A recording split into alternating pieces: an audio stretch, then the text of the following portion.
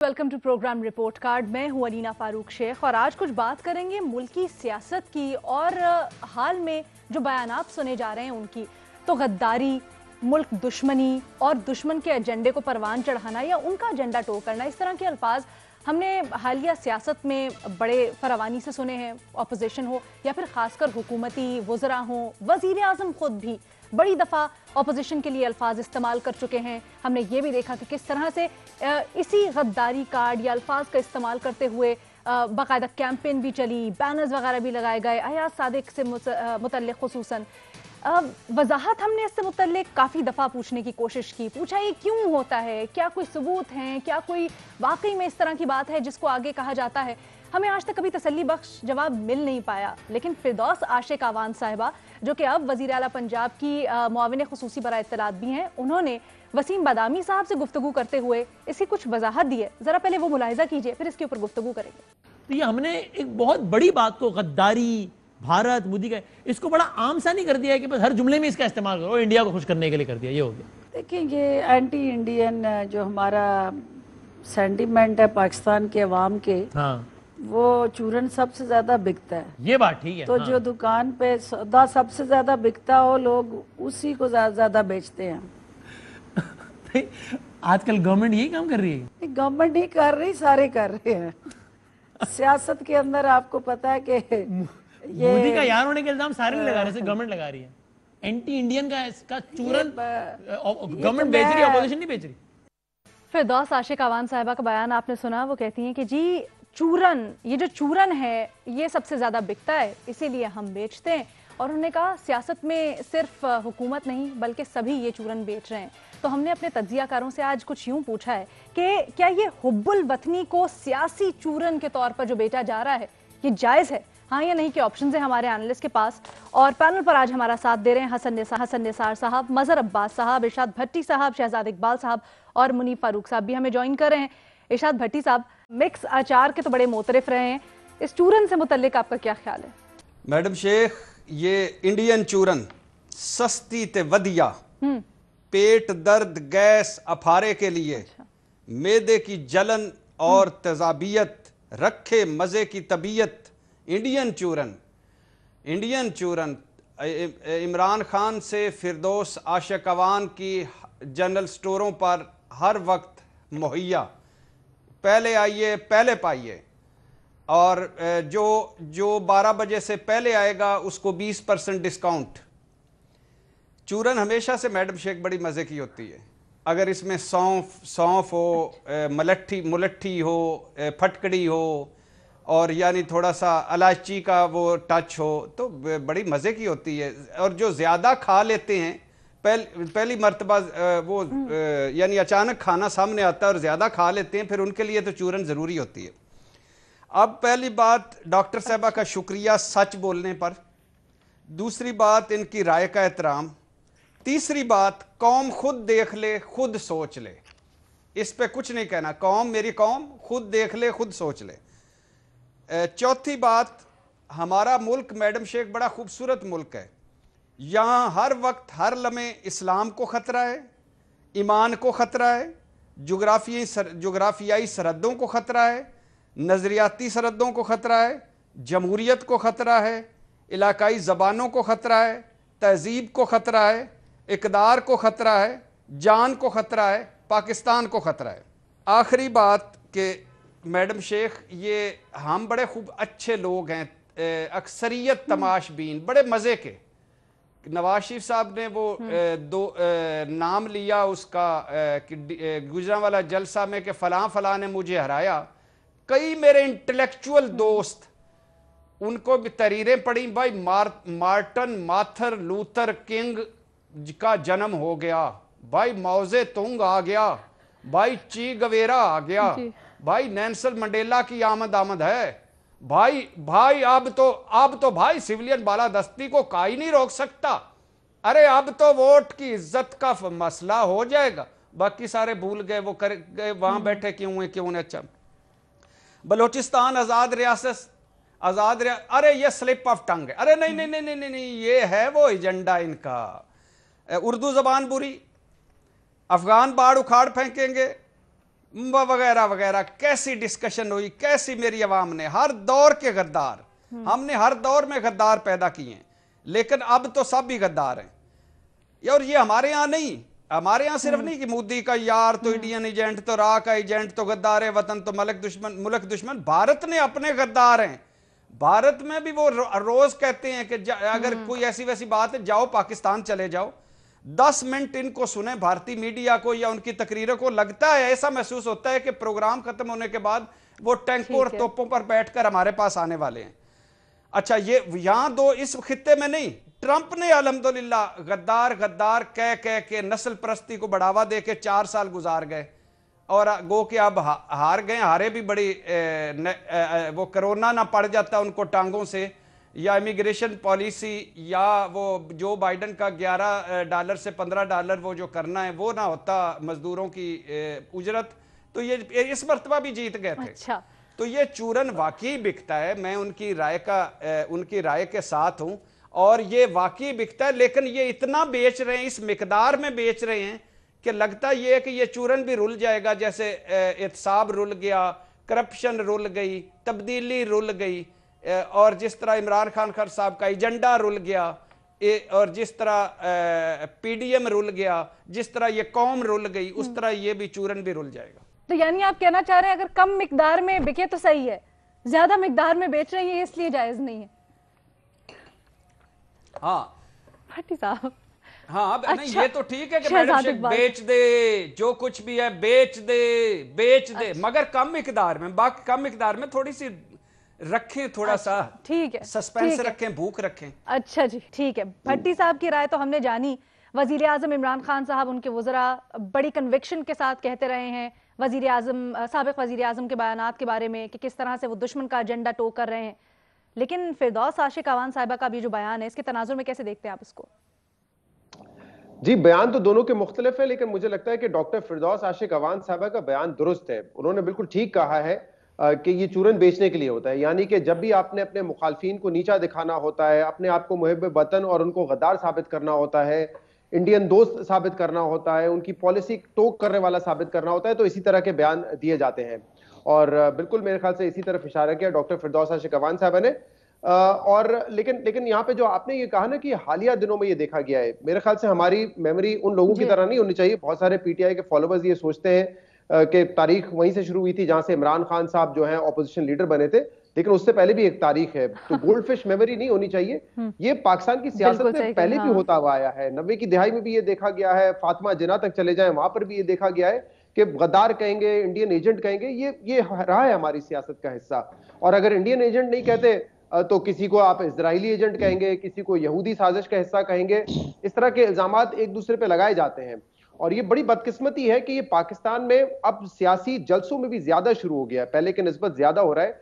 ये बात तो दुरुस्त है। और हम जितने भी इंडिया में इलेक्शंस होते थे ना, तो जब हम कंपेयर करते थे कि फर्क क्या होता है, तो यही एक वाज़ेह फर्क होता था कि पाकिस्तान में जब अपना मंशूर आप पेश करते थे, अपनी पॉलिसीज को बताते थे, तो आप पाकिस्तान के हदूद में रह के बात करते थे कि हम फलां करेंगे, ये काम करेंगे। इंडिया में इसके बरक्स रहा है। वहां पे चाहे कांग्रेस हो, बीजेपी, तो ऑब्वियसली वो उनका सारा नैरेटिव इलेक्शंस में भी बनता था, पाकिस्तान सेंट्रिक होता था कि पाकिस्तान हमारा दुश्मन है, पाकिस्तान से कौन सी पार्टी करीब है। तो बड़ा अनफॉर्चुनेट है, हम उस लेवल पर तो नहीं पहुंचे, लेकिन अगर यही हमारी सिमत रही तो शायद वो दिन भी दूर नहीं है कि हम जलसों में भी खड़े होकर सारी हमारी तकरीर जो है वो यही होगी कि कौन इंडिया नवाज है, कौन इंडिया का दोस्त है और कौन मुहिब वतन है। तो ये बड़ा अनफॉर्चुनेट होगा। और इसमें अलीना, इस वक्त तो हम देख रहे हैं कि ये सारा जो नैरेटिव है ये पीटीआई की तरफ से बनाया जा रहा है। इसमें इमरान खान भी कह चुके हैं कि ये जो भी बयानिया है नवाज शरीफ का, वो हमारे मुल्क दुश्मन का बयानिया है। लेकिन इसी दौर की अगर आप बात कर लें, और पहले भी हम इसका जिक्र करते रहे, तो इसमें दूसरी पार्टीज पीछे नहीं रही हैं। तहरीक इंसाफ तो चले, हम कहते थे कि एक इमेच्योर पार्टी है, ये पीपल्स पार्टी नून लीग का यही बयान था कि एक इमेच्योर पार्टी है, हम तो एक लंबे अरसे से सियासत करते हुए आए तो बड़े मेच्योर हो गए। लेकिन जब ये ऑपोजिशन में आए हैं तो इनका भी रवैया यही है। जब इनको मौका मिला कश्मीर के हवाले से तो इन्होंने कहा कि कश्मीर दुश्मन पॉलिसीज है और इमरान खान कश्मीर दुश्मन है। फिर इन्होंने कुलभूषण का वकील भी करार दिया इमरान खान को। अभिनंदन वाला वाकया हुआ तो उसमें भी गद्दारी के फतवे लगाए गए हुकूमत के खिलाफ। तो जिसको जब मौका मिलता है वो यही करता है। तो ये आप बार बार लिटमस टेस्ट करेंगे। जब आप हुकूमत में आते हैं तो आपको इस तरह के बयान बड़े बुरे लग रहे होते हैं, ऑपोजिशन में आके आप इसी किस्म के बयान देते हैं। लेकिन फर्क यह है इस मर्तबा कि जो रूलिंग पार्टी है, जो हुकूमत में है, वो इस किस्म का बयानिया अपने मुखालफिन के खिलाफ बना रही है। तो मेरे ख्याल से बड़ा डेंजरस ट्रेंड है। जो बात डॉक्टर फिरदौस आशिक अवान ने कही वो बिल्कुल ठीक है। तमाम ये पार्टीज एक दूसरे को गद्दार एक्चुअली समझती नहीं है। इनको पता है कि कोई भी पार्टी यहाँ पे इंडियन एजेंट नहीं है, कोई इंडिया का बयानिया आगे नहीं बढ़ा रहे, इनको ये मालूम है और इसीलिए ये बात की जाती है ताकि अपने मुखालफिन को नीचा दिखाया जाए। देखें, इस पॉलिसी में तो फर्क हो सकता है आपकी कि कौन इंडिया के साथ इन हालात में भी ट्रेड और बिजनेस का कायल है। शायद कुछ पार्टीज हो, शायद कुछ पार्टीज ये समझती हो कि जितनी हमारी दुश्मनी है और जो इंडिया हमारे साथ हाथ करने की कोशिश करता रहता है तो उसके बाद आपका ट्रेड और बिजनेस भी उनके साथ नहीं होने चाहिए। तो ये पॉलिसी में इख्तिलाफ हो सकता है, लेकिन मुझे लगता है कि ये तमाम पार्टीज को पता है कि कोई दूसरी पार्टी या कोई लीडर जो लाखों करोड़ों वोट लेता है पाकिस्तान से, वो गद्दार वतन नहीं हो सकता। वो सिर्फ पॉलिटिकल पॉइंट स्कोरिंग के लिए नैरेटिव इस्तेमाल करते हैं। अच्छा, मैं इस पॉइंट के ऊपर ना आपके पास वापस आना चाहूंगी। पहले हसन निसार साहब का कमेंट शामिल कर लूं। जी हसन साहब, फिरदौस आशिक अवान साहिबा कहती हैं सियासत में ऐसा होता है, तो क्या everything is fair in love, war and politics? देखें, बात सुने, हुब्बुल वतनी क्या, जी, इस्लामी जमहूरिया पाकिस्तान में तो रूहानियत की रेडियां, शॉपिंग मॉल्स भी गिने नहीं जाते हैं। तो वाई जस्ट हुब्बुल वतनी भाई, इससे आगे की बात करें। अच्छा, लेकिन ये अपनी जगह पे एक रियलिटी है कि ये दुनिया का मकरू और गलीज तरीन धंधा है। ये बदन फरोशी से ज़्यादा मकरू, ये रूह फरोशी वाला काम है। लेकिन प्रॉब्लम है, जाहिल माशरा जज्बाती माशरा होता है और इस तरह के माशरों में इस तरह का धंधा थोक के हिसाब से चलता है और टैक्स भी एग्जैम्प्टेड होता है, इस पर टैक्स भी कोई नहीं होता। तो आप, मैंने कल परसों भी पता नहीं को आप ही के प्रोग्राम में, मेरा ख्याल शायद, मुझे याद नहीं आ रहा, तो मैंने कहा हाँ, वो जब रीमा बैठी थी उनसे बात हो रहा था, मैंने कहा नंबर दिखाओ सब ख्वाब लोगों को, कोई एक चीज तो बता दो मेरी जो ट्रैक पे हो या जिसकी ट्रैक्शन डायरेक्शन ठीक हो। भाई सारा कुछ ये यही कुछ है, कहीं भी कुछ नहीं है, ये दयानतदाराना।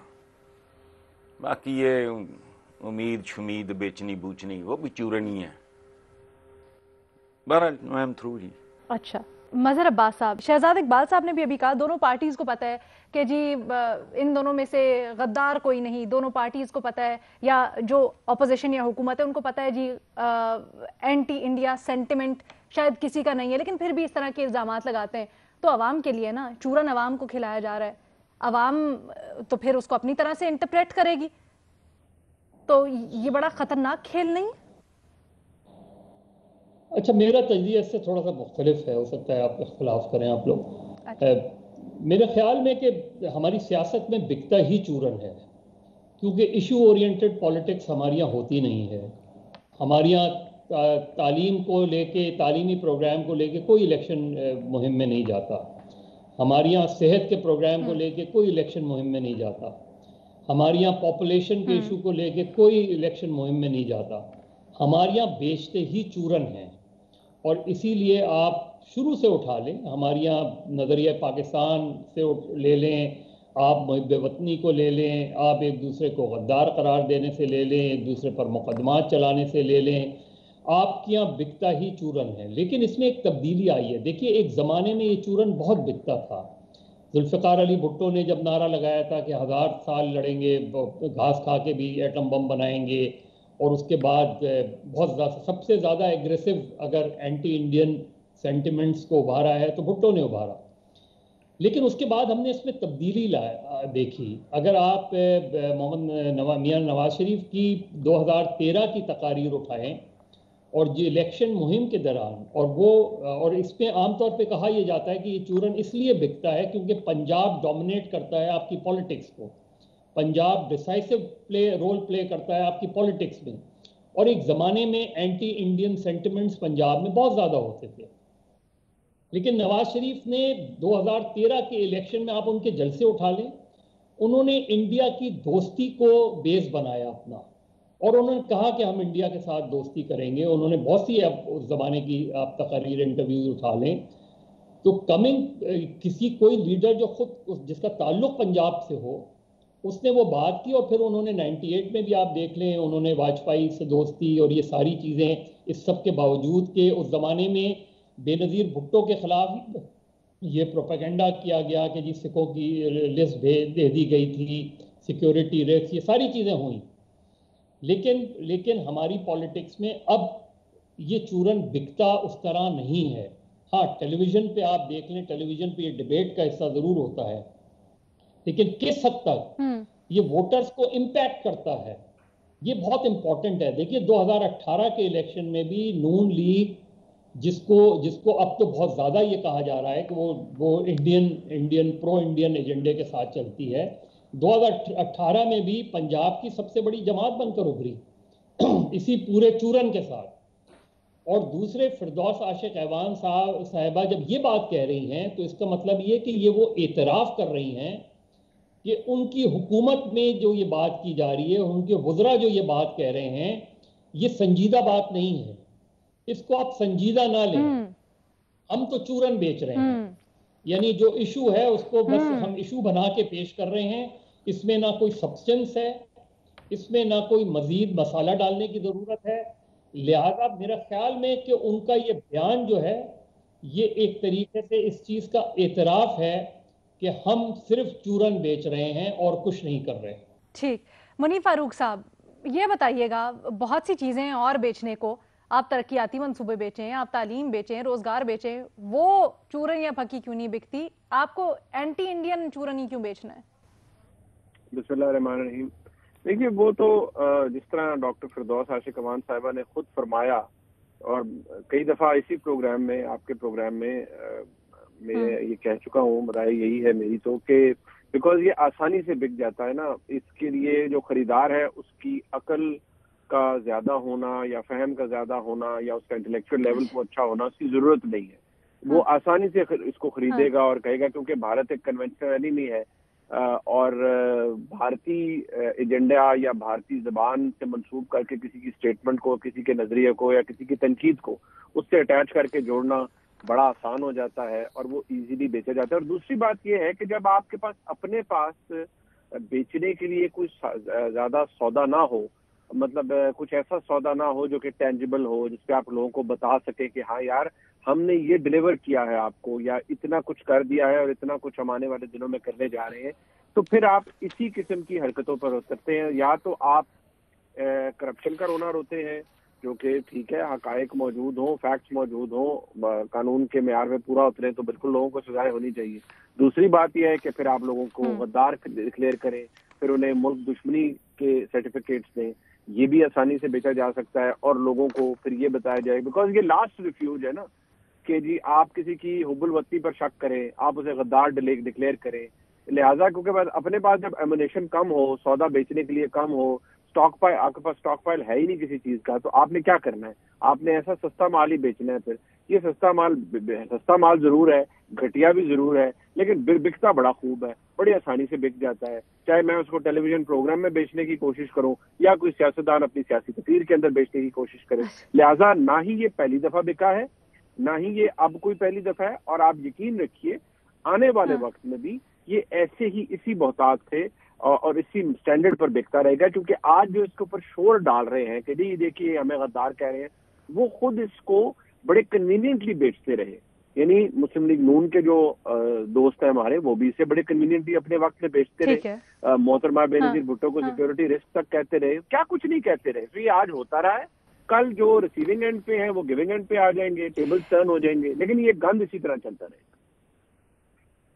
लेकिन शहजाद क्विकली उसके बाद फिर आई तब्दीली, और तब्दीली ने और भी बहुत कुछ हमें सुहाने ख्वाब दिखाए, तो वो सब वादे वफा कर देना। नहीं, खैर इन दोनों बातों का तो कोई लिंक नहीं है। ये बात आपकी ठीक है कि परफॉर्मेंस करें, परफॉर्म करें और अपने ऑपोजिशन या अपने जो ओपोनेंट है उसको आप शिकस्त दें, परफॉर्म करके बेहतर कारकर्दगी दिखाकर, वो तो ऑब्वियस ही बात है ना। लेकिन ये बात ठीक है जो यहाँ सारे हम इस बात पर इत्तेफाक कर रहे हैं कि, और फिरदौस आशिक अवान साहिबा ने भी इस बात से इत्तेफाक किया है क्योंकि ये एक नैरेटिव आराम से सेल हो जाता है, जैसे मुनीब ये भी कह रहे थे, इसलिए ये बेचते हैं। लेकिन हकीकतन मुझे लगता है कि इमरान खान को भी पता है नवाज शरीफ ने 1.25 करोड़ वोट इस दफा लिया है, पहले 1.5 करोड़ वोट लिया था, कैसे वो गद्दार वतन हो सकते हैं। इमरान खान को यहूदी एजेंट कहते हैं, क्या यहूदी एजेंट को 1 करोड़ 70 लाख वोट इस मुल्क में मिल जाएगा? ये हो नहीं सकता ना। तो इसलिए आपस में इनको पता है ये सिर्फ एक सियासी पॉइंट स्कोरिंग के लिए इस्तेमाल किया जाता है, बदकिस्मती हमारी के इस्तेमाल होता है। ठीक है। और मैं आपको बताऊं, वैसे ये अभी आप अगर रीसेंट इलेक्शंस देखें ना यूएस के, तो वहां पे भी इस तरह के इल्जाम लगते हैं। वहां पे गद्दारी के नहीं लगते, लेकिन ये चाइना, क्लोज टू चाइना होने के इल्जाम लगते हैं कि हम आएंगे तो चाइना के खिलाफ ये करेंगे, आप चाइना मैन है क्योंकि आप इस तरह की हरकतें कर रहे हैं। ये ट्रंप और बाइडेन के दरमियान ये डिबेट भी लगती रही है। तो इस किस्म की बातें ये दुनिया भर की सियासत में कहीं ना कहीं होती है, लेकिन इस हद तक नहीं जाना चाहिए कि गद्दारी की लेकिन इस पूरी एक्सरसाइज का जो अभी हमने की है और जो कॉन्वर्सेशन अभी हमने की है और अपने एनालिस्ट की राय ली है, मुख्तलिफ पहलू सबने उजागर किए, यही मकसद था कि हम ये इस्टेब्लिश करें कि जो हो रहा है वो भी गलत था और जो हो रहा है वो भी गलत है। हमारे तमाम तज्जियाकार यही कहते हैं ये जो सस्ता चूरन है, ये गद्दारी के इल्जामात, ये चीज़ अब सियासत में नहीं होनी चाहिए और नहीं बिकनी चाहिए। लेकिन अनफॉर्चुनेटली सबने इस बात का भी इजहार किया कि शायद हमें फ्यूचर में भी यही देखने को मिले। Let's hope for the best. एक छोटी सी ब्रेक लेते हैं, दूसरे सवाल के साथ वापस आएंगे।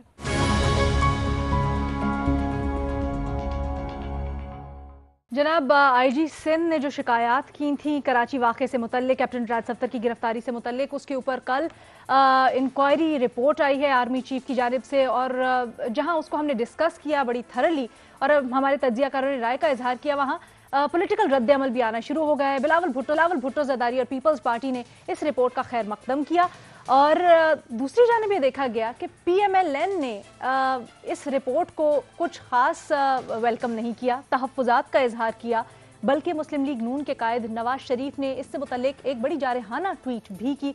उन्होंने कहा जी रिपोर्ट रिजेक्टेड, कहते हैं ये एक सिर्फ कवर अप है।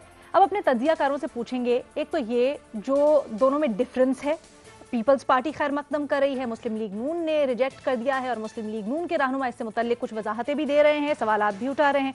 तीसरी तरफ शिबली फराज साहब ये कहते हैं कि ये जो मुख्तलिफ रद्द अमल आया है पीपल्स पार्टी और मुस्लिम लीग नून की जानिब से, ये PDM में निफाक की शुरुआत है। तो पूछ रहे हैं हम बुनियादी तौर पर ये कि क्या शिबली फराज का दावा दुरुस्त है, हाँ या नहीं, और ज़िमनी सवालात आगे चल के करेंगे। साहब, सबसे पहले तो ये बताएं कि ये जो रिपोर्ट रिजेक्टेड का एक ट्वीट आया है नवाज शरीफ साहब की जानिब से, मुस्लिम लीग नून अमूमी तौर पर और नवाज शरीफ साहब क्यों मुतमईन नहीं है इस रिपोर्ट से?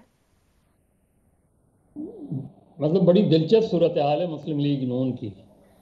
नवाज शरीफ साहब ने रिपोर्ट रिजेक्ट कर दी है और शाहिद खाकान अब्बासी कह रहे हैं कि रिपोर्ट पब्लिक की जाए। अब ये समझ में नहीं आ रहा कि नवाज शरीफ साहब ने किस रिपोर्ट को रिजेक्ट किया है। जो चीज़ उन्होंने पढ़ी नहीं है उसको रिजेक्ट कर दिया उन्होंने, और शाहिद खाकान अब्बासी जो है वो ये कह रहे हैं कि रिपोर्ट को पब्लिक किया जाए। जाहिर है रिपोर्ट का एक ब्रीफ सा कंटेंट हमारे सामने है, ये बात दुरुस्त है कि रिपोर्ट पब्लिक होनी चाहिए, पता होना चाहिए कि, क्योंकि आपने सिर्फ शॉर्ट ऑर्डर सुना दिया हमको, पता नहीं कि क्या सर्कमस्टांसेस थी, क्या चीज़ें थी, क्या चीज़ें हुई हैं, किस तरीके हुई हैं। वो रिपोर्ट नहीं बहरहाल पब्लिक नहीं हुई है, पब्लिक हो तो ज़्यादा बेहतर हो, वरना तो आप उतनी ही चीज़ पे डिस्कस करते हैं जो चीज़ आपके सामने होती है।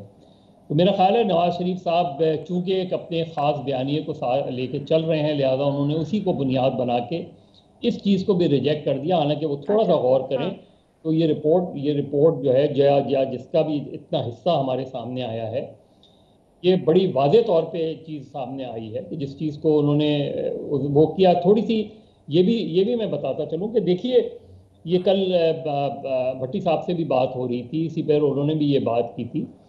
इसके सिलसिले में कुछ मालूमात मैंने हासिल की थी कि जो मज़ार कायद पे वाक़या हुआ था, उसकी अगर कंप्लेंट जो है वो सिर्फ मैजिस्ट्रेट के सामने की जा सकती है, और मैजिस्ट्रेट के सामने अगर आप कंप्लेंट करें तो उसका एक समरी ट्रायल भी हो सकता है।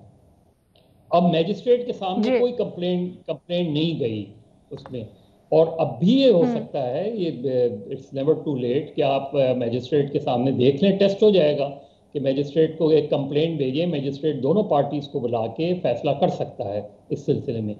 लेकिन ये बात कि मेरा ख्याल है मुस्लिम लीग नून और पीपल्स पार्टी के दरमियान जो एक पॉइंट ऑफ से आज गालबन मरियम नवाज साहब और बिलावल भुट्टो की मुलाकात की भी खबरें आ रही हैं, तो ऐन मुमकिन है कि ये चीज़ भी इसके सामने आए। जो इसके अलावा जो बिलावल भुट्टो जरदारी का इंटरव्यू था जिस पे काफ़ी तनाज़ा खड़ा हुआ, मुख्तलिफ नून लीग ने तो उस तरह उस पर रिएक्ट नहीं किया, लेकिन PTI ने ज़रूर उसको यूज़ किया अपने इंटरेस्ट के लिए। तो हो सकता है कि उसके बाद कुछ चीज़ों में क्लैरिटी आए। मुझे नहीं लगता कि ये कोई निफाक का बाइस बनेगी, क्योंकि इसमें जाहिर है नफाक का कैप्टन बायस आपको नहीं सफदर के लगता? हवाले से जरूर मुस्लिम लीग नून एक पार्टी वो है, लेकिन असल मसला वफाकी हुकूमत और जाहिर है क्योंकि वफाकी वज़रा ने बहुत से इल्ज़ामात लगाए थे और सिंध गवर्नमेंट का इशू था, तो काफ़ी हद तक इस इंक्वायरी के बाद ठीक है, चीज़ें क्लियर हो ठीक गई है। हैं। तो अच्छा, मुझे ये नहीं भट्टी लगता कि साहब की इसमें कोई तरफ, बहुत बड़ा नफाक बिल्कुल है। भट्टी साहब की तरफ लेके चलते हैं। ठीक है, भट्टी साहब की तरफ लेके चलते हैं। भट्टी साहब, एक तो मजीद साहब ने जो बात उठाई, अगर आप उसके ऊपर कमेंट करना चाहें। दूसरी बात, रिपोर्ट से मुतल्लिक कहा जा रहा है जी पब्लिक किया जाए, बहुत से सवालात उठाए जा रहे हैं कि क्लैरिटी नहीं है अभी तक जो तफसीलात आई हैं उस पर, इसको कैसे देखते हैं आप? पहली बात तो यह है कि ए वोट को इज्जत देने वालों, ए सिविलियन बालादस्ती वालों, ए इनकलाबियों, ए मेरे पाकिस्तानियों, बाबा कौम को भी इज्जत दो, मोहम्मद अली जना को भी इज्जत दो, ए नवाज शरीफ, ए मरियम नवाज, ए कैप्टन सफदर, ए बिलावल भुट्टो और ए मुराद अली शाह। मिज़ार कायद पर जो कुछ हुआ, इस पर एक टुट्टी भज्जी माजरती कर लो, इससे तुम्हारी इज्जतों में फ़र्क नहीं होगा। देख लें ये बाबा कौम और मुस्ने पाकिस्तान AQ खान तक किसी की हम इज्जत नहीं कर रहे और कोई हमारी इज्जत नहीं कर रहा। मुल्क के अंदर भी हम बेइज्जते, मुल्क के बाहर भी हम बेइज्जते। दूसरी बात, नवाज शरीफ साहब का यही रद्द अमल आना था। मुस्लिम आपने एक बड़ा खूबसूरत जुमला बोला, मुस्लिम लीग के कायद जारहाना, क्योंकि है माल बचाना, क्योंकि है खुद को छुड़वाना, क्योंकि है पतली गली से निकल जाना। अच्छा, उन्होंने कोई ये थोड़ा करना था कि शुक्रिया फौज का ट्वीट आ जाना था और चलो उन्होंने वो जो फौज आर्मी ने एक रिजेक्टेड ट्वीट किया था उसका बदला ले लिया। हालांकि इसी आर्मी चीफ ने अपने इदारे की मुखालफत के बावजूद रिजेक्टेड ट्वीट वापस लिया था। ये नवाज शरीफ साहब को कहा था कि आप हर्ट फील कर रहे हैं, उन्होंने कहा हाँ मैं हर्ट फील कर रहा हूं, तो उन्होंने कहा कि मैं आपकी इज्जत के लिए, आप चीन जा रहे हैं तो आपकी इज्जत के लिए ये मैं वापस लेता हूं, और फिर उन्होंने एक मीटिंग के बाद वो ट्वीट वापस लिया। लेकिन नवाज शरीफ साहब के रद्द अमल मेरी नज़र में कोई अहमियत का हामिल नहीं है। सिफर वजह, एक वो नाअहल हैं, दूसरे वो सजा याफ्ता हैं, तीसरे वो इश्तिहारी हैं और मुस्लिम लीग के सदर शहबाज शरीफ हैं, सीनियर नायब सदर शाहिद खाकान अब्बासी हैं ये, और इसलिए उनका कोई रद्द अमल होता तो बात करते। दूसरी बात है ये IG सिंध का मामला था, ये सिंध हुकूमत का मामला था, ये बिलावल भुट्टो का मुतालबा था, ये आर्मी चीफ की तहकीकात थी और बिलावल भुट्टो ने उस पर खैर मकदम किया है, कहा है कि अच्छी बात है। नवाज शरीफ साहब के वो ये कि बिगानी शादी में अब्दुल्ला दीवाना। अच्छा, तीसरी बात हकूमती रद्द अमल बकौल इमरान खान मज़हक का खेज। FIR दर्ज करवाते वक्त जो अली इमरान इस्माइल और PTI की कराची क़यादत ने की फुर्तियाँ थीं वो मज़हक का खेज। इसके बाद बयानबाजियाँ मज़हक का खेज, वज़ीर आज़म का कहना ये कॉमेडी शो मज़हक का खेज। इसके बाद IG कार्रवाई, ये बगावत है और IG के खिलाफ कार्रवाई करो, ये मज़हक का खेज। बिलाशुबा मैडम शेख PDM में एक बस है जिसमें 11 मुसाफिर मतलब 11 पार्टियां बैठी हुई हैं, सब की अपनी अपनी मंजिल है, बज़ाहिर सब एक बस में हैं मगर सब ने अपने अपने स्टॉप पर उतरना है, सब के अपने अपने एजेंडे हैं। ये कोई नजरियाती इकट्ठ नहीं, ये आल बचाओ माल बचाओ खाल बचाओ है। ये बुग़्ज़े इमरान है, बुग़्ज़े इस्टेब्लिशमेंट है, ये बुग़्ज़े इमरान है, बुग़्ज़े इस्टेब्लिशमेंट है, लेकिन सबको मालूम। अच्छा ये ठीक है ये मगर ये मैं बताता हूँ, मगर ये सबको मालूम है कि ये एक पेज पे नहीं है। लेकिन शिबली इस हवाले से कोई दरार पड़ी हो इस रिपोर्ट पर, ये शिबली साहब ठीक नहीं कह रहे और ये तब तक इकट्ठे रहेंगे जब तक इन सारों का अपना अपना मसला हल नहीं होता। और रिपोर्ट पब्लिक होनी चाहिए, बिल्कुल करवा दें, अगर सिंध हुकूमत चाहती है तो मुतालबा कर दे, और या ये सिंध हुकूमत और आर्मी के दरमियान में है, दोनों चाहते हैं तो पब्लिक कर दें, और होनी चाहिए, क्यों नहीं होनी चाहिए। ठीक है, शहजाद इकबाल साहब। देखिए, एक तो वाकयात में पहलू है ना, एक तो जो मरियम नवाज साहबा की एक होटल का कमरा तोड़ा गया एलिजिडली, एक तो उसकी तहकीकात है, मेरे ख्याल से वो लिंक करता है PMLN से, और उसकी तहकीकात मेरे ख्याल से जो रिपोर्ट मुराद अली शाह साहब ने कहा था कि हम 30 दिन में मुरतब करेंगे, जिसपे मरियम नवाज ने कहा था कि 30 दिन लगने नहीं चाहिए, वो रिपोर्ट बड़ी अहम होगी, उसमें क्या तफसीलात आती हैं। जो दूसरा ये वाला जो रिपोर्ट थी, जो आर्मी चीफ की इंक्वायरी के तहत मातहत इंक्वायरी थी, उसमें ये डिटरमिन करना था कि आईजी सिंध के साथ क्या हुआ। तो उसमें जो पार्टी थी, जो विक्टिम पार्टी थी, वो सिंध हुकूमत है और सिंध पुलिस है खास तौर पे। अब बिलाल भुट्टो जरदारी कहते हैं कि हम वेलकम करते हैं इस रिपोर्ट को और ये रिपोर्ट एक दुरुस्त सिमत में कदम है, तो वो तो इसको वेलकम कर रहे हैं। हम नवाज शरीफ को रिजेक्ट कर रहे हैं। तो देख लेते हैं कि जो सिंध हुकूमत की रिपोर्ट आती है उसमें क्या है, और क्या उस रिपोर्ट को मरियम नवाज साहिबा और नवाज शरीफ एक्सेप्ट करेंगे या रिजेक्ट करेंगे, क्योंकि उसमें सही तफसीलात आएंगी। एज अ लेमैन अगर मैं बात करूं, एज अ कॉमन पर्सन, तो मुझे इंटरेस्ट होगा इस चीज में, क्योंकि देखिए हम साफी, हमें तो पता है कि किस किस को आपने जो है वो सजा दी है इस केस में, क्या उनका रैंक था। लेकिन एक कॉमन आदमी अगर इस रिपोर्ट को पढ़ता है, क्योंकि अभी इसका एक ब्रीफ है, खुलासा सामने आया है, तो उसको ये मालूम होना चाहिए कि इसमें कौन से अफसर मुलविस थे, ये नाम उनके सामने आने चाहिए। दूसरी चीजों में हम हमेशा नाम लेते हैं, तो यहाँ पे क्यों, अगर किसी ने गफलत की और खुद उनका इदारा कह रहा है कि उनसे गफलत हुई है जज्बात में आके, तो उनके नाम सामने आने चाहिए। एग्जैक्टली वो वाकया हुआ क्या था, क्योंकि अभी बहुत सारी स्टोरीज आती हैं, कयास बहुत ज्यादा होता है, तो वो क्या वाकया हुआ था एस्टैब्लिश होना चाहिए। तो मेरे ख्याल से एज अ कॉमन मैन मैं चाहूंगा कि एस्टैब्लिश होना चाहिए, पब्लिक करनी चाहिए रिपोर्ट। लेकिन ठीक है जी, मैं यहाँ पर एक छोटी सी ब्रेक लेना चाहूंगी, माजरत के साथ टाइम बड़ा कम है। उसमें मजहर अब्बास साहब का भी कमेंट शामिल करें। हसन असाद साहब बड़ी देर से सुन रहे हैं, बड़े तजस्सुस के साथ, क्या सोच रहे हैं वो, उनका कमेंट शामिल करेंगे एक ब्रेक के बाद।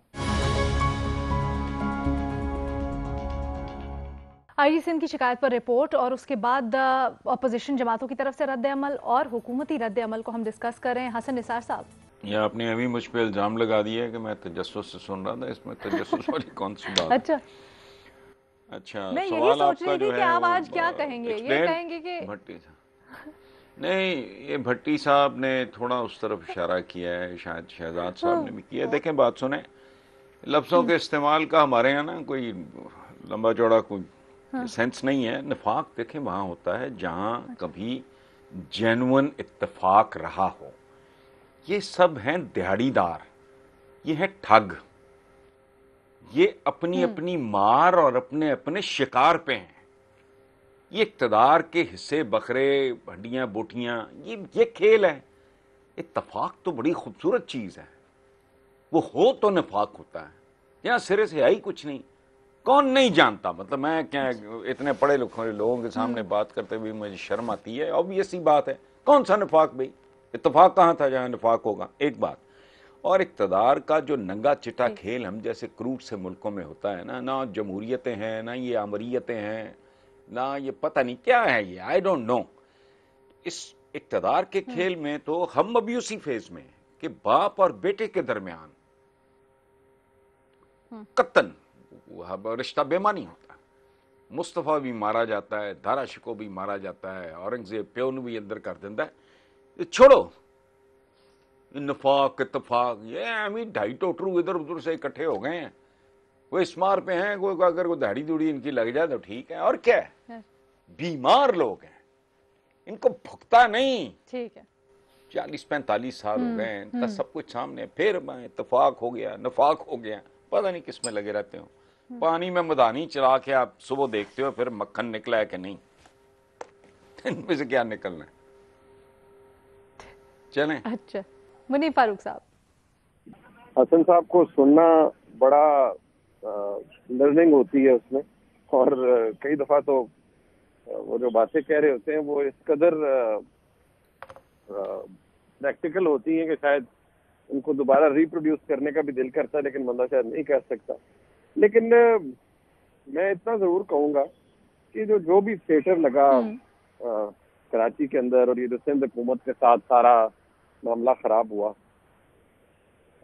मैं इतनी बात जरूर कहूंगा कि इसने जरूर जो बिटर रियलिटी है हमारे मुल्क में सियासत की, उसकी अगर कोई ढकी छुपी बात थी तो उसकी कलाई भी खोल दी है। और आज नहीं तो कल ये बात मैं आपको जरूर बता दूं कि जो किसी भी जगह पर हुकूमत में होता है उसके लिए बड़ा मुश्किल हो जाता है ये कहना कि नहीं जी हमारी तो हुकूमत भी दाव पर लगती है तो लग जाए, हम तो असूल के ऊपर खड़े हैं। क्योंकि बहुत माजरत के साथ तमाम सियासी लोगों को कोई उसूल पे खड़ा है ही नहीं। यहाँ पर तो बात है पॉलिटिकल कन्वीनियंस की। जो किया जा रहा है, जो सब कुछ हो रहा है, वो जो अगर किसी को पॉलिटिकली कन्वीनियंट है तो वो तब कर रहा है। पाकिस्तान पीपल्स पार्टी का बहुत कुछ स्टेक पर है और शिबली फराज साहब से लाख लोगों का इख्तिलाफ सही, लेकिन ये मैं आपको बता दूं कि पाकिस्तान पीपल्स पार्टी उस महज पर कभी भी नहीं जाएगी जो मुस्लिम लीग नून जिस पर जा चुकी है, क्योंकि मुस्लिम लीग नून के पास इस वक्त as we speak they have nothing to lose, मेरा पीपल्स पार्टी के पास बहुत कुछ है लूज करने के लिए। ठीक है, और हम इसके ऊपर कई दफा डिबेट भी कर चुके हैं। मैं चाहती हूँ, मैं वक्त की किल्लत है, मैं मज़हर साहब और शहजाद का कमेंट शामिल करूँ। जी जल्दी से क्विकली मज़हर साहब। देखिए, हमारे यहाँ जिस तरह हसन साहब भी कह रहे थे, अभी मुनीब भी कह रहे थे, हमारे यहाँ बुनियादी तौर पे उसूल की नहीं वसूली की सियासत होती है। शहजाद साहब। मैं भी यही नुक्ता एस्टैब्लिश करने की कोशिश कर रहा था कि जो नफाक की शुरुआत तो नहीं है, क्योंकि वो तो ऑलरेडी हमें पता है कि सिंध हुकूमत जो है, क्योंकि पीपल्स पार्टी के पास मौजूद है इस वक्त, तो वो उस हद तक नहीं जाएंगे और इसके छोटी छोटी मिसालें आपके सामने आती रहेंगी। ये मुमकिन है कि पीडीएम के इख्तिताम तक भी पीपल्स पार्टी इसके साथ ही रहे, वो जुदा नहीं होंगे, लेकिन वो इस तरह के छोटे छोटे ट्रेलर आपको देखने के लिए मिलते रहेंगे। चाहे वो बीबीसी का इंटरव्यू हो जिसमें वो कहे मुझे धचका लगा, बिलावल साहब could have easily ignored that question. पहले भी 2-3 दफा उनसे ये सवाल हुआ है, वो बीच में दरमियाना रास्ता लेके निकल गए थे, लेकिन फिर एक मौके पे उन्होंने मैसेज भी कन्वे करना होता है। उन्होंने जब रिपोर्ट का मुतालबा किया इंक्वायरी का, फौरन वहां से मैसेज आ गया हम इंक्वायरी करेंगे। तो ये मुमकिन नहीं है कि इंक्वायरी की रिपोर्ट के बाद फिर वो कहें कि मैं इससे सेटिस्फाई नहीं हूं। तो वो अपना दरवाजा खुला रखना चाहते हैं मुज़ाकरात का, अपनी डिस्कशन का, इससे बड़ा वाज़ेह है। और नून लीग को भी मेरे ख्याल से इस बात का इल्म है कि पीपल्स पार्टी वो सियासत नहीं करेगी और शायद हमसे बेहतर सियासत करे जो कि नून लीग कर रही है इससे। ठीक है जी, ठीक है जी, यहाँ पर अपना फ्लूट करेंगे। कल आपसे मुलाकात होगी नए सवालात के साथ।